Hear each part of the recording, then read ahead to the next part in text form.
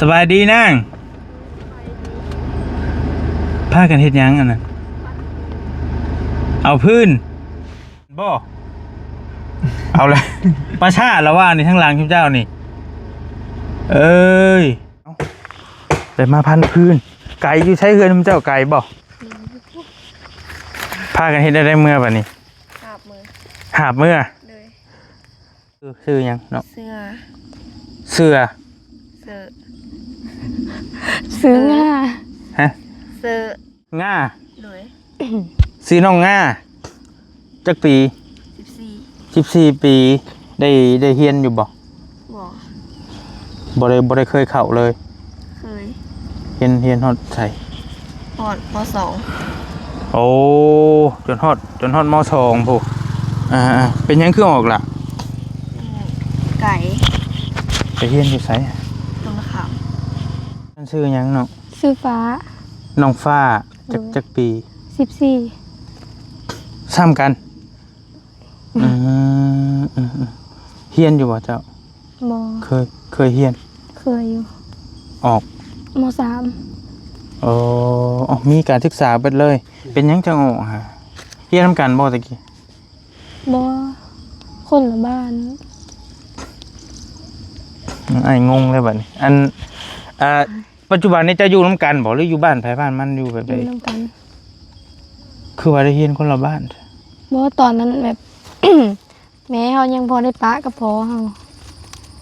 เอาตอนนี้พ่อแม่จะพากันเฮ้ยอ้าวเจ้าอยู่นำไผคือมึงก็อยู่นำแม่ผู้นี้แม่เจ้าอยู่ไสไปเฮ็ดงานเนาะ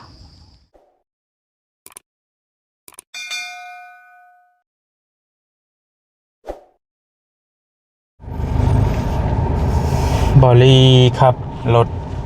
ผ่านเข้ามาหมู่บ้านแห่งหนึ่งมากับบ่าวแก้ว2 คนมานี่เป็นน้องเนาะบ่ได้ไปน้ำกันแต่ดนละอันนี้มาแถวหมู่บ้านบ่าวแก้วนี่แหละมันมีบ่าวแก้วแต่ว่าอันนี้ประชาแม่นบ่ประชาอะไรทางหน้านี่เนาะเลยนี่ก็บ้านน้องอึ้งน้องตันเด้แล้วพอดีผ่านมาเห็น2 สาวเพิ่นพากันมาพันพื้นบ่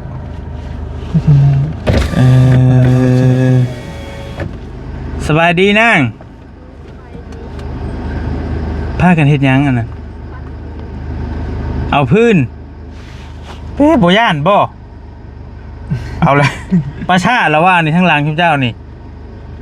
เอ้ยเอาพื้นมื้อนึงข้าวแรงบ่เอาแล้วโอ้ย มาแต่คนนั่นล่ะมา2 คน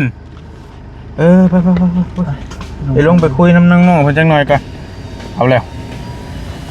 พันพื้นปังอยู่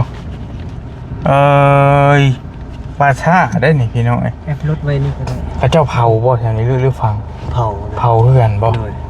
โอ้ย2 สาวไปลงไปเบิ่งก่อนไปจักหูจักบอลี่อยู่ป่ะ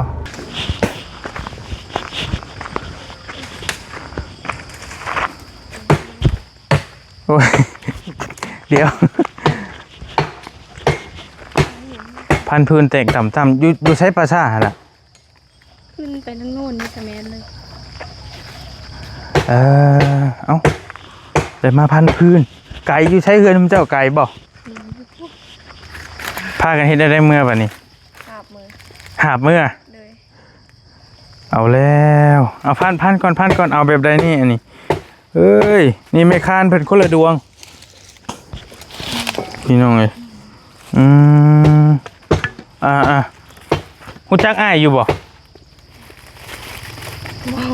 จักบ่าวนี่ฮู้จักอยู่อันนี้บ่าวนี่อันนี้โดยฮู้จักอยู่เอ้า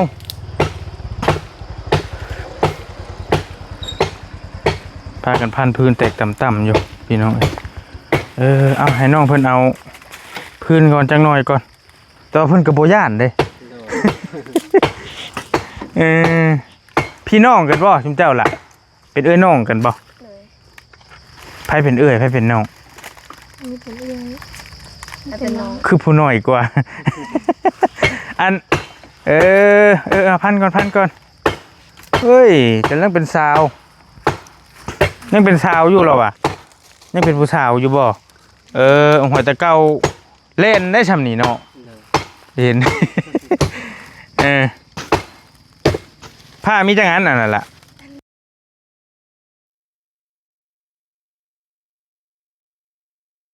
ปลาชาจำได้พี่น้องเอ้ย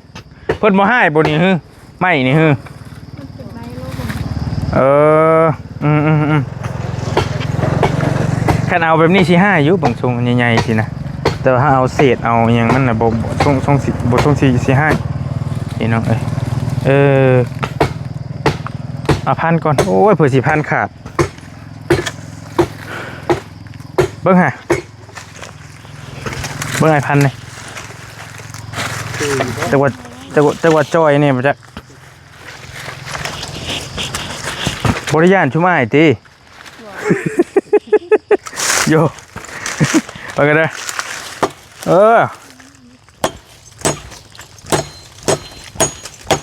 ไปพันอยู่หน้าพื้น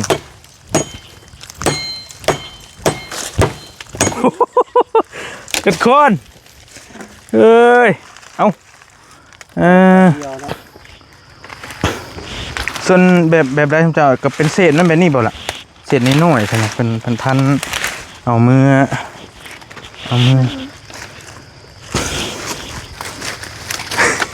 สองน้อง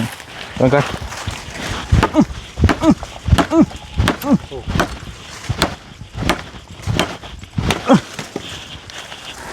เจ๊บอกไล่ไม่ใช่นะบอกไล่ไปหาน้องตันบ่ไปหาน้องตันบ่ด้วยไปเยี่ยมเพิ่นนี่มาพันพื้นชอยน้องเพิ่นนี่แหละมาอยู่พี่ประชาพันอะไรยังมาถามน้องเพิ่นบ่ย่านบ่ย่านเพิ่นว่ะสบายดีเจ้าสบายดีมาพันในไทยเนื้อน่ะไทยกล้ามน่ะได้ป่ะโอ้เจ้ายังบ่ได้เหรอป่ะเจ้าจังว่าดีแล้วอุ้ยจับใส่คือคิดเดี๋ยวเอามัดใหญ่ทำได้เฮ้ยมีผ้าอันเดียวนี่สละให้เสียสละเด้อแล้วมานี่4,000เจ้าว่าอยากเล่นอยู่จักแต่บ่กล้าเล่นมันขมังเลยเด้ย่านอยู่บ่3คนเลยได้บาดดิเดี๋ยว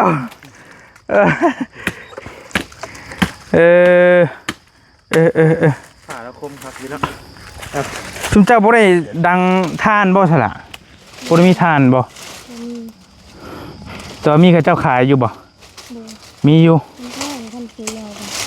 สอบเท่าไหร่อยู่พี่3แสนตายที่บ่สอบนี้หน่อยนะบ่เคยซื้อทานบ่แม่นสอบเท่าไหร่60ว่าดอกสอบใหญ่สอบใหญ่เลยบ่สอบเขียวคืออยู่ทีเดียวว่าสอบแดงอยู่สอบปูนบ้านเฮา30บ่35นี่แหละถ้าสอบปูนเด้โอ้ยย่อไปบักหนักอยู่ไม่อันเพิ่นหามผีแล้วว่าดอกบ่ได้ก็ได้เคยมาเอาอยู่นี่อยู่บ่เอาอยู่นี่ตลอดมันเป็นป่าแบบแต่ว่าอยู่มันเป็นของร่วมที่นี่ป่าชาเด้แต่ไม่ใหญ่เนี่ยเอาบ่ได้บ่ล่ะบ่ได้เลยเนาะเพิ่นใหม่ดิไม่ใหญ่อันนี้มันเป็นไม้เศษไม้หยังมันสิซื้อเลยได้ไม้ในนี่น่าจะได้อยู่มั้งคันเฮาตัดได้คิดว่าได้ ไม่ดอกเด้เอามาล่มมาไปนี่เลยเนี่ยบ่น่าจะได้หาแค่นี้บ่เหมือนไม่คานเอายังมัดบัดนี้เนาะเครือนี่บ่อยู่บ่หายต้องมัดอีกนี่โอเค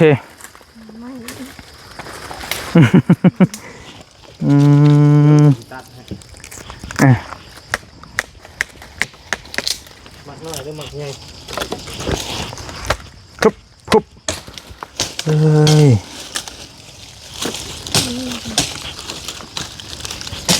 โอ้ผ่าแล้วคมคาซิวเนาะเอา เอา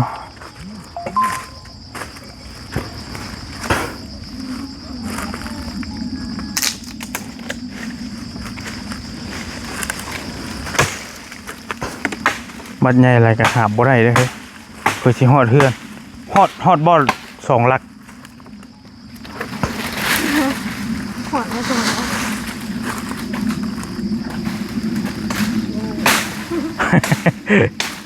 ทางใดเฮือนเพิ่นเจ้าจักบ่ ปูอยู่ เออโอเคฮอดบ่หลักปลาย2 หลัก ประมาณนั้นครับ โอ้ไกลเติบได้นี่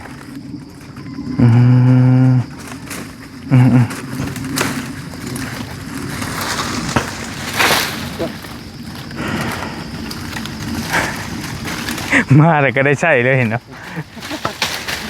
เขาไปหาเฮ็ดปวกเลยเป็นได้ใด โอ้กระเป๋าน้ำไร มีเดตี้แถวนี่ มีไรโอ้แม่นจะว่าประคามที่พุ่นเหรอ ยับลงหน่อยหนึงดิมันใกล้ลายกับโบก้าแล้วเนาะเฮ้ยเนาะบอกว่าใครได้เฮ้ยอันใดก็ได้อันไอ้ขอคุยน้ำน้อยหนึงได้ป่ะขอคัดเวลาในจังหน่อย โอเคไปเดี๋ยวอ้ายสิพันขาดอก ให้อ้ายเป็นพันธะหาหมองนั่งจังหน่อยหนึงก่อนนั่งอยู่ใส่ได้บัดนี้ครับ นังก้อนนี่ครับแม่ ม เอาอยู่นี่ได้ป่ะเอาสิพันลงไหม บ่พอพันก็ได้ยันว่า โอเค มันเสียงนี่เพิ่น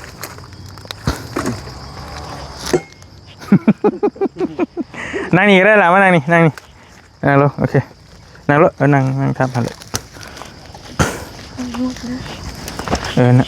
นั่งเจ้านั่งยับใกล้กันก็ได้มุดบ่ได้บ่เดี๋ยวยับลงไปหันอาชีนั่งนี่ ง่ายยัง จอน โอเคเดี๋ยวอยู่ป่าเฮ้ยพี่น้องมันก็สิประมาณนี้แหละได้อยู่บ่ภาพเฮามุมกล้องเฮามา ได้อยู่ โอเคพี่น้องเอ้ยโอ้โหไอ้ชื่อบอลลี่เด้อคันว่าไผเคยเบิ่งคลิปไอ้แล้วสิจักกี่ดอกบ่เคยเห็นไอ้เลยที่บ่เคยเห็นผ่านๆในบ่แสดงว่ายังบ่ดังบ่ได้ ใส่ไผใส่ผู้เอ้ยหรือผู้น้องไม่ใช่น้องได้แล้วโอเคพ่อเดียวไม่เดียวกันบ่ละหรือ หมอ เอาเป็น นาบาว กำลังมาฮอดนี่ เป็นสาว เป็นน้องเมย์เป็นน้องพอเอา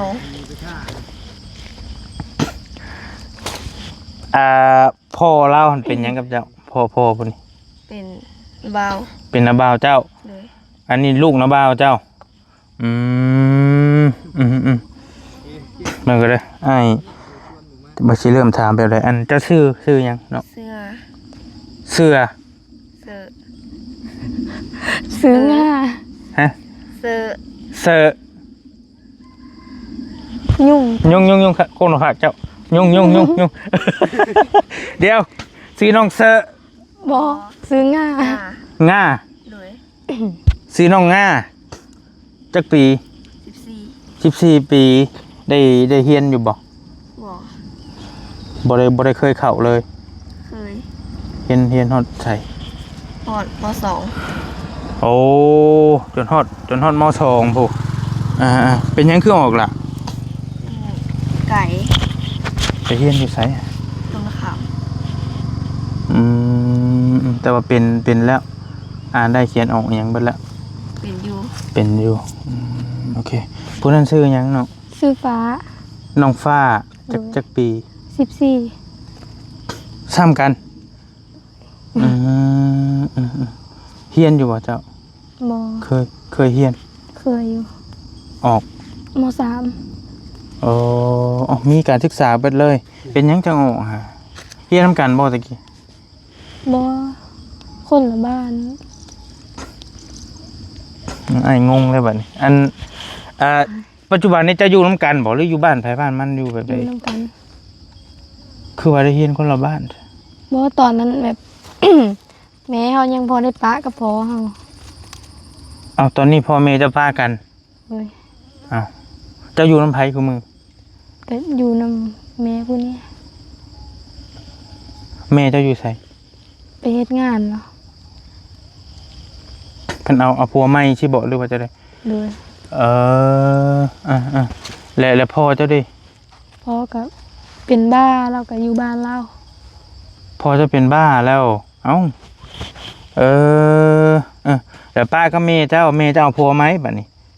คือบ่อยู่นำแม่ โอเค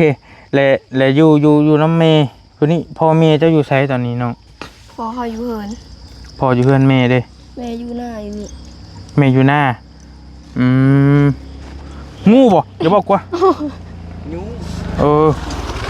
แล้วไอ้ถามในอันพ่อแม่เจ้าบ่ได้ป้ากันติบ่ได้ป้ากันเลยอันน่ะแม่อยู่หน้าพ่ออยู่เพื่อนบ่ได้อยู่นํกันบ่ เราไปเอ็ดเพื่อตะกา แม่เจ้าเฮ็ดตะกร้า เลย พ่ออยู่เพื่อน เลย เอ้าคือบ่ไปเพิ่นคือบ่ไปนํกัน บ่พอเฮาบ่เห็นหู ฮะบ่เห็นหุ่งนี่แปลว่าตาเพิ่นบ่ดีบ่หรือว่าตาบอดเลยบ่หรือแบบใด ตาบอดเลย เอ้า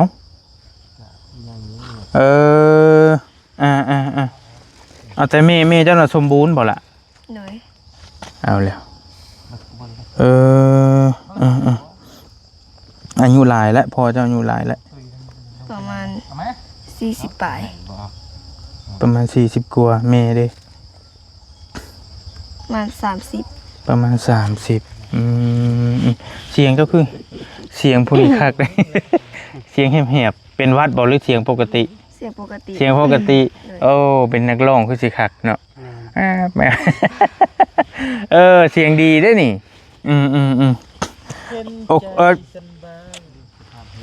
รัดชัดมาจะใช้นะพากันมาจะใช้มันเลิกเป็นตัวเองนี่ดิ โอเคผ่านมาเห็นน้องเพิ่นบ่ยาวเว้ยคือว่าสิเมื่อแล้วซะ จักไปเห็นบ่ไล่โทรหารถคือโอเคเดี๋ยวขอคุยกับน้องเพิ่นก่อนเด้อจังหน่อยเด้ออันน่ะบ่ยาวก็เล่นมานํกันเพราะว่ามื้อนี้สิเข้าผ่านมาทางเฮือนน้องตันน้องอันนี้พี่น้องเองก็มาเรื่อยอยู่ตะกี้มาบ้านเขาน้องหยังนะน้องตันน้องฮู้จักบ่นาเพิ่นอย่างนี้เด้ น้องน่าดอกเฮ็ดใหม่อันนี้ สมัยมาเคยมาเจาะน้ำเจาะหยังให้อยู่หลายบ่ออยู่เท่าบุญมาเท่าหยังอยู่ในนี้แต่ว่าก็มันยังบ่ทันเคยเห็นน้องๆเพิ่นพี่น้องชุมเจ้าอยู่ไสปกติอยู่เฮือนนี่บ่อยู่นา อยู่เฮินบางทีก็ไปนะ ไกลบ่นะจ้ะ ไกลเติบ ไกลเด้อครับแล้วความหมายปัจจุบันนี่นั่นน้องเพิ่นจะบ่ได้อยู่น้ำพ่อนำแม่ติการที่ตีว่าเป็นกำพร้าก็ว่าได้อยู่แต่ว่ายังบ่กำพร้า 100% พอปะกันเด้พ่อแม่ยังบ่ได้เสียชีวิตนั่นน่ะแต่ก็ซ้ำกำพร้าแล้วบ่ได้อยู่นํกัน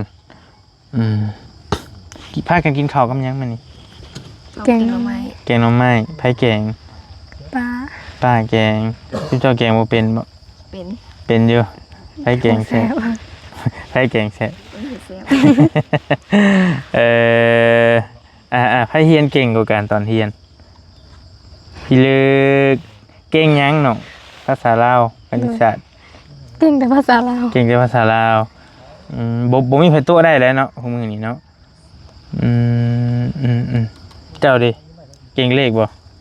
เก่งอยู่บ่บวกเลขลบเลข บันได บ่ปานใดเก่งหยังเลย ตรงใดก็บ่เก่ง เก่งจักโตเลยกว่าเฮ้ยบ่มันยังก็บ่เก่ง ได้อยู่ ฮะ ได้เขียนเป็น ได้เขียนเป็นผู้บ่าวผู้หยังเขียนมาหานี่ก็พอได้อยู่พออ่านได้อยู่ มีผู้บ่าวแล้วบ่ทั้งสอง ยัง ข้างนี้ได้ยุ่ง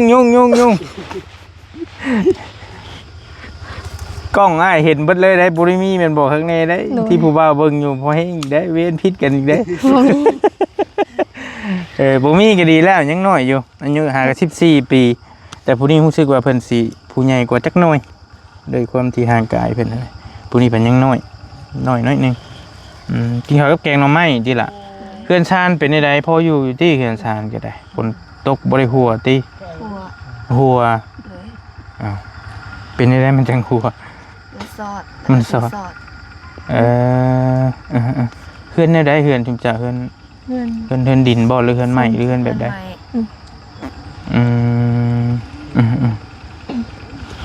แล้วก็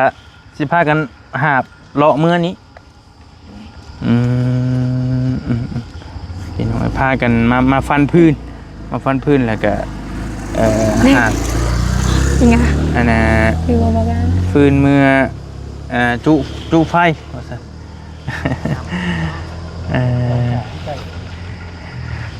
โอเคจังหน่อยพายเมื่อเบิ่งเฮือนนี่เด้อ เลย ข้าวน้ำยังพอกินอยู่ดิตอนนี้ได้หลายอยู่บ่นากว้างบ่ วันไหน บ่กว้างปานใดได้จักซอบ กระปี2ถุงได้100ปลาย ได้100ปลายหลายเต็มแล้วเนี่ยฉะนั้นยังก็ได้บ่หลายอยู่ขายบ่มันจังได้จังเหลือบ่หลาย บ่ได้ขาย 100ปลายเลยเนาะบางปีกับโบกุ้มใน100 ปลาย หลายคนกินบ่ล่ะหลายครอบครัวเฮ็ดน้ำกันที่บ่ บ่ครอบครัวเดียวเลยอยู่เฮือนมีคนหลายเลย จักคนอยู่เพื่อนทั้งเบิด 11 คน 11 คนผูกปา มันหักสิบ่คุ้มมาแล้วเจ้าเป็นลูกคนที่เท่าไหร่เป็นลูกกกเลยมีน้องจักคน มีน้อง2 คนชายผู้หญิงล่ะ ผู้ชายเบัด2เลยซ้ำใดแหละน้องจ้ะ อีกผู้นึงก็ประมาณ8 ปี 7-8 ปี อีกผู้นึงก็ประมาณ5 ปี ประมาณ5 ปีโอเคเจ้ามีเป็นคนที่ ลูก กกคือกันมีน้องบ่ล่ะ ด้วย น้องจักคน คนนี้ มีน้องผู้เดียวผู้หญิง ผู้ชาย ผู้ชายอยู่น้ำเม อยู่น้ำเฮานี่ อยู่น้ำเจ้านี้ ด้วย อยู่เพื่อนตัวนี้ ด้วย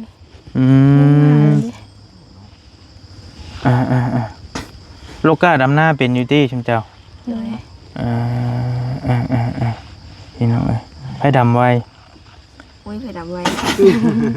ขอจองเลยพ่อจะคนเพราะได้เมื่อเป็นน้องไผ่จะคนเอาผู้ดำหน้าไว้ เอ้ยชุบเจ้าพากันหาเงินในใดใส่แต่ละมือแต่ละเว้น หมอมีทางไป บ่มีทางไปบัญญัติซื้อหันซื้อนี่เดี๋ยวเอาเงินใช้ซื้อบัน กลับไปปูไม่วิก ปลูกไม่วิก เลย ปุ๊มัน เพิ่นจ้าง มันก็ บ่ แบบไปหาคุดอิหยังคล้าย หา มันมี หาคุดแนวขาย เลย คุดกบคุดเขียดไปขายอยู่ใช้บันนี้ล่ะ ขายอยู่แถวบ้านนั่น ย่างขายเลาะขาย บางทีกับป้าไปขาย ที่ก็ให้ป้าไปขายน้องไม่มีหรอบ่ เลย หามาขายให้เด้อ หาเป็นอยู่บ่เลยบางช่วงนี่ เอ้ยพี่น้องเอ้ยอ้ายขอโทษเด้ออย่าว่าซั่นว่ามีเงินเท่าไหร่จ้ะเด้อติดตัวมีเงินติดตัวจักพันจักแสน บ่มีเลย คักนี้ มีแต่อ้ายนั้นให้นะ มีอ้ายปันไหนจักพัน คนละ50คนละ50แต่ก่อนบ่มี โดย นี่น้อยกำลังเป็นสาวใช่ไหมเนาะแนวซื้อแนวใส่เนี่ยอย่างแนวจามันก็หลายครีมทาหน้าทาปากมันก็จบบริทาทำไอ้ไปมาเบิ่งนี่บ่ ถาดสติ๊ก ทาแต่สติทาทำมีเนาะมีทำใดก็ทาทำนั่นเว้ยก็ว่าพี่น้องอันบ่อายบ่นี่อายบ่อยู่นี่ หมอ บ่อาย เลย ก็ดี เค เคยมีไผ เว้า ไป บ่เก่งว่าไหน บ่ บ่อายนะ ว่าบ่เก่งปานใด หน่อย ย่าดอกบ่เกี่ยวกับการเว้าฉะนั้นเป็นคนดุคนมันเป็นคนดีก็พอเนาะบ่เกี่ยวกับบ่เก่งหรือบ่เก่งเคยมีไผไปช่วยเหลือเพื่อนเจ้าอยู่บ่ บ่ แต่ก่อนเคยมีไผไปสัมภาษณ์ไปช่วยบ่มีบ่ล่ายุงปิ้ว มานั่งอยู่หม่องมันเนาะเฮ็ดมีบ่แถวนี่เฮ็ดปวกเฮ็ดอันนี้ ยังบ่ออก แต่เก่า ตะเก่า ปีแต่เก่ามีเนาะ เลย โอเคกลับมาพ่อเพิ่นเอ้ยพี่น้องเป็นสองสาวเป็นทางสิว่ากับลูกพี่ลูกน้องกันนะเนาะเป็นลูกพี่ลูกน้องกันและทางผู้นี้แหละพ่อและพิการตาบัดซองเลยบ่นะ เลย บ่เห็นเลย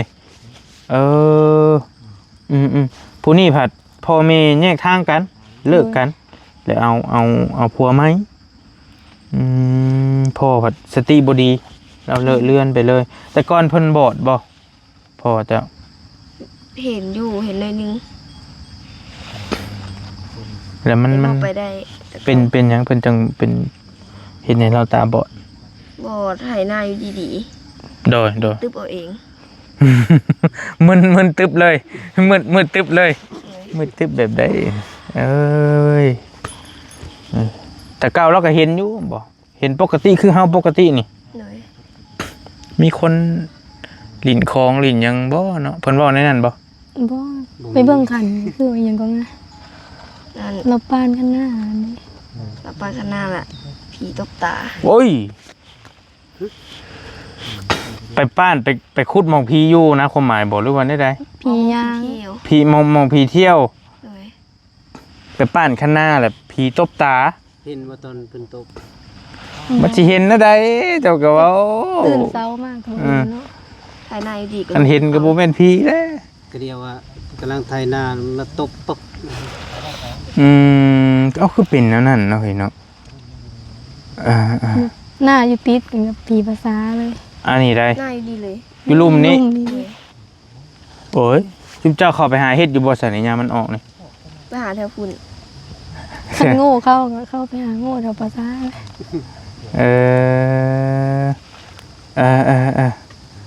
เว้ยพี่น้องเอ้ยออกเฮียนจักปีแล้วนี่ล่ะ 2 เอา2 ปีจะออก3 ปีแต่ว่ามีการศึกษา จริงๆหั่นตอนนั้นถ้ามีทุนมีอีหยังเพียบพร้อมปัจจัยเพียบพร้อมทุกอย่างที่จะเรียนต่ออยู่บ่จะเรียนต่ออยู่ติแต่ว่าครอบครัวเฮามันบ่เอื้ออำนวยก็เลย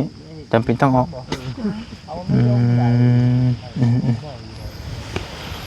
โอเคก็โอเคแล้ว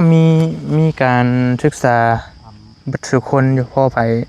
พอคนตัวบ่ได้นะว่าแล้วก็ได้แม้แต่อ้ายเองก็จบป .4 ที่อ้ายถามอย่างนี้ก็ได้อ้ายก็ทุกข์ยากคือกันแต่ก่อนก็ออกมาซอยพ่อแม่เฮ็ดเวียกนี่แหละจบป .4 ออกกับเบาเขากับเบาเตียงแล้วก็พากันออกพร้อมกันเลยนะ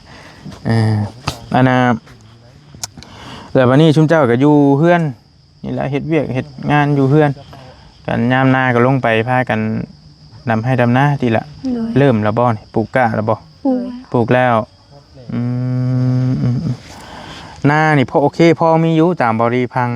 นี่ได้เข้าประมาณ100 สอบแต่ว่ามันขาดแคลนหยังสาครอบครัวชุมเจ้าที่มันมีขาดเฮิน กับห้องน้ บ่มีห้องน้ำเขา ำเลย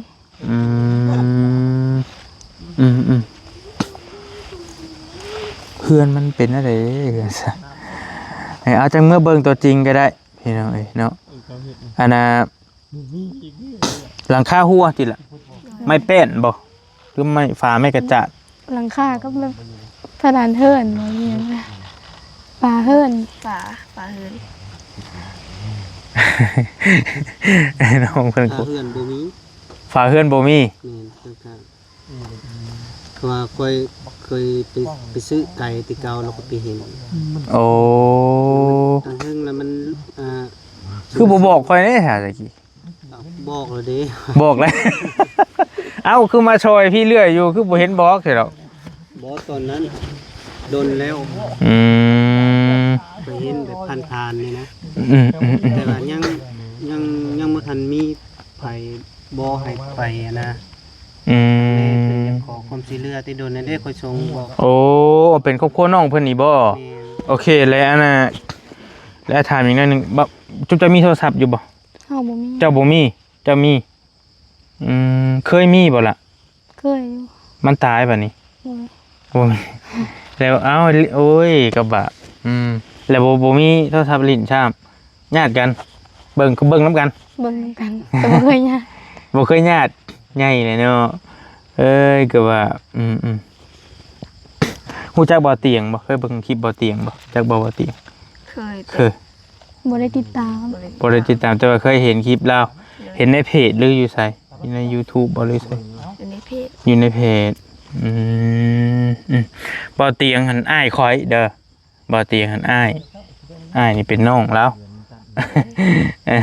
ก็ช่วยเรือน้ำกันนี่แหละก็ขาดเพื่อนซ่านอยู่ที่ดินดอนที่เจ้าก็มีแม่นบ่เนาะอันนี้ผู้นี้ก็อยู่ร่วมกัน โดย แต่ว่าจริงๆแล้วนี่ถ้าสมมุติมีครอบครัวนี่ก็ต้องต่างหากแล้วนี่เนาะเพราะว่าจะมาอยู่น้ำเมผู้นี้นะความหมายมาป้าบ่ ป้า ป้าเนาะมาอยู่น้ำป้า ท่านมีก็อยู่นำกันก็ได้ มันบ่ได้เลยว่าแกว่า เพราะทางนี้ได้ ได้อยู่แต่ว่าความหมายมันครอบครัวก็คือครอบครัวน่ะหลายคนบึ้น ได้ก็ต้องบอกให้เพื่อน ก็เข้าใจโอเคไอ้ถามเด้อมันสิค่ำเดี๋ยวมันสิค่ำเดี๋ยวจังสิมาส่งน้องเพิ่นอยู่เฮือนอีกถามสั้นๆถามพวกนั้นก่อนก็ได้มาอยู่เจ้าอยากได้มีหยังเจ้าอยากได้แฮงที่สุดในชีวิตเจ้าตอนนี้ถามง่ายๆสิเลย อยากได้ห้องน้ำ อยากได้ห้องน้ำ โดย แฮงที่สุดเลย โดย ลองมาหันอยากได้หยังต่อมาครับสมมุติว่ามีห้องน้ำเลย อยากให้ลุง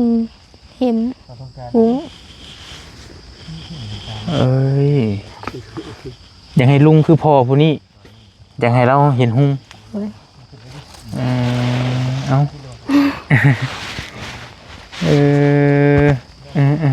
มันจะเป็นไปได้บ่ล่ะ เพิ่นว่ามีวิธีรักษาบ่ล่ะ บ่ฮู้ เคยไปหาหมอบ่ซั่น เคย เพิ่นว่าได้หมอว่า ถามแม่บ่ได้ไปนำแม่ โอ้ยลูกสาวก็ได้ โอเค แต่มันบอดมืดเบัดเลยเราบ่เห็นหยังเลยแม่นบ่ เลย ต้องไปเบิ่งว่าบอดดนบอดนานซำใดบอดซำใดอีหยังจังใด ตั้งแต่เดือนเก่า โอ้ปีนี้ เลย ยังบ่เฮิงบ่ได้นะถ้ายังมีโอกาสบางคนไปฟอกตาไปลอกอิหยังก็ได้อยู่ได้ว่าแก้วเว้ยแต่ว่าคันมันดนนานอีหลีก็คือ เปลี่ยนตา เปลี่ยนได้สามารถเปลี่ยนได้ แต่ว่าก็ใช้เงินนั่นแหละน่าจะหลายเติบในเบิ่งทรงอาจจะเป็นเอาตาว่าขออนุญาตนำเอาตามูตามายังมาใส่ได้แต่บาลีก็ได้ยินคร่าวๆแต่บ่มั่นใจปานใดต้องไปปรึกษาหมอเนาะตัวนี้เคยได้ยินอยู่ มันสิบ่ได้ที บ่ฮู้คือกัน คือจุนักห้องเลยนะจุบุญยังนี่นะเราก็ยังเห็นบ่ได้ คือว่าเคยได้ยินคร่าวๆนะแต่ว่าโทษก็ขออภัยนำหลายๆคือว่าเคยได้ยินเพิ่นว่าเปลี่ยนได้อยู่นะแต่ว่ามันก็เป็นไปลำบากค่อนข้างเป็นไปลำบากอยู่เจ้าอยากได้หยัง ได้เฮิน อยากได้เฮินอยู่กับอยากได้หยัง อากาศให้พอดี อยากให้พ่ออันดี เลย ความฝันซ้ำอันเดียวกันเลย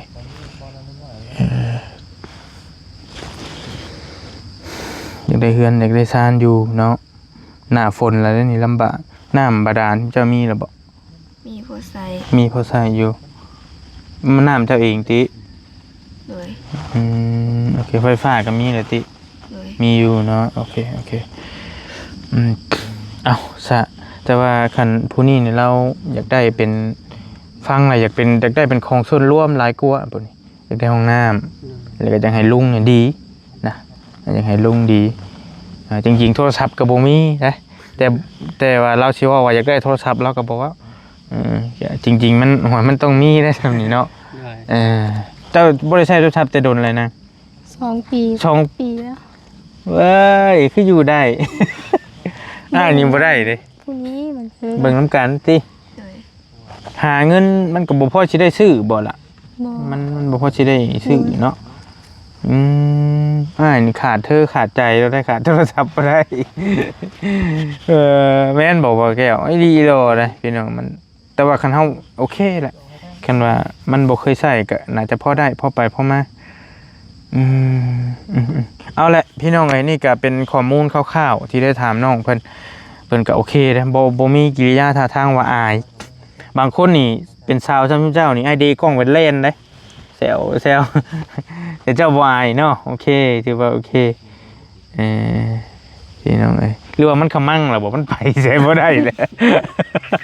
จอดรถลัดหน้าเด้ สิเล่นก็เล่นบ่ได้แล้วบัดถ้าพูดกับประชา โอ้ยโอเคแหละมีแต่เฮาเอาพื้นปะเอาพื้นต่อแล้วก็เอาขึ้นรถอ้ายก็ได้เดี๋ยวอ้ายสิเมื่อส่งเลยอ้ายสิขอมาเบิ่งเพื่อนซานเจ้าเลยว่าอยู่กินกันเท่าใดเนาะไปพี่น้องเอ้ยเอาลายชำได้พื้นฮะเอาอีกบ่ เลย เอาอีกโอเคใช้เชือกได้อยู่ใช้ ไม่ถือมา บ่ได้ถือมา บ่เอาเชือก มีแต่หาเอา เครือ ไม้ เอาเครือที่มันแข็งๆนี่พี่น้องเอ้ยเอ้ยแค่ผ้าอยู่ใช้นี้ได้ผ้าละรวมมียังมีลายบ่จากพื้นน้ำเพื่อนทุกเจ้านะ หลาย พอได้ดังอยู่คำว่านั่นกะมุดเมงตะเคงไง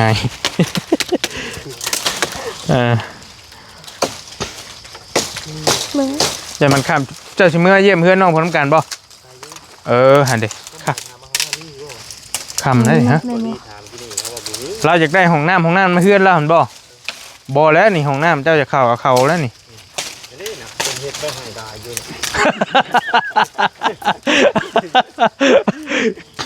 ก็นะเดี๋ยวมองดิกันนะ เข้าใจแต่ดูในบ้านมันมีอยู่ที่หลังห้องน้ำคนอื่นมีอยู่บ่แต่พอเขาแบบขอเข้านี่เห็นนะอาจจะได้อยู่ที่แถวนั้น พอเข้าคือนะ ตาบุบอยากพอนะทำนะย่านนะกัน นี่แป้วยุ่งครบนะพ่ะเจ้า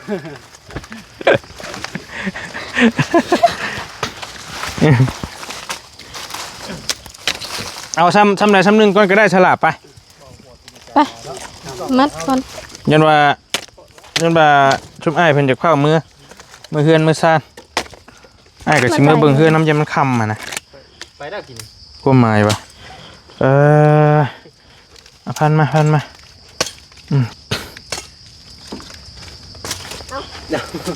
ใช้มาซอยนี่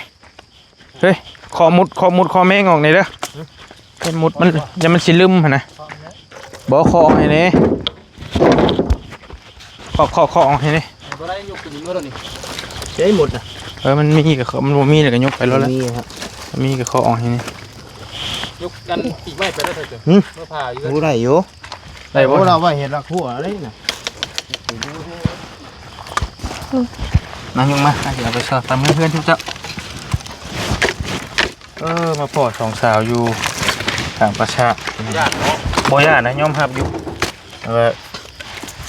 นิ่งๆอยู่หรือว่ามันขมั่งก็คืออ้ายบอลี่บ่บ่จักละ ว่าดีแล้วบ่ยาวเด้อกินนี่พ่อกันอยู่เพื่อนน้องน้อยจักบ่ยาวก็ได้เป็นบ่ก็คือชีวิตแล้วแหละ เอาว่าก่อนไง อย่าเอานะบ่อะไร น้องคุณว่าเอาเจ้าสิกล้ายกขึ้นบ่ ช่วยกันนี่นะเอาว่าล่ะเอาว่า บ่ เจ้าก้าวเอาเจ้าให้ ว่าญาติเจ้าหาบ่ได้ เอานะช่วยกันนี่แล้ว ตัวนี้โต้ตอบดีแท้เลย โอเคไปขึ้นเดี๋ยวอาชิมเมื่อส่งเสร็จนะ เบิ่งน้ ไปโอ้ยเก่งนี่เลย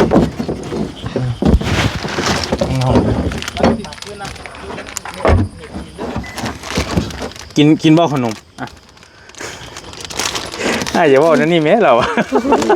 เอาปั่นกันนะให้เบิดให้เลยให้เบิดเลยเอากินไปนำทางเด้อโอเคไป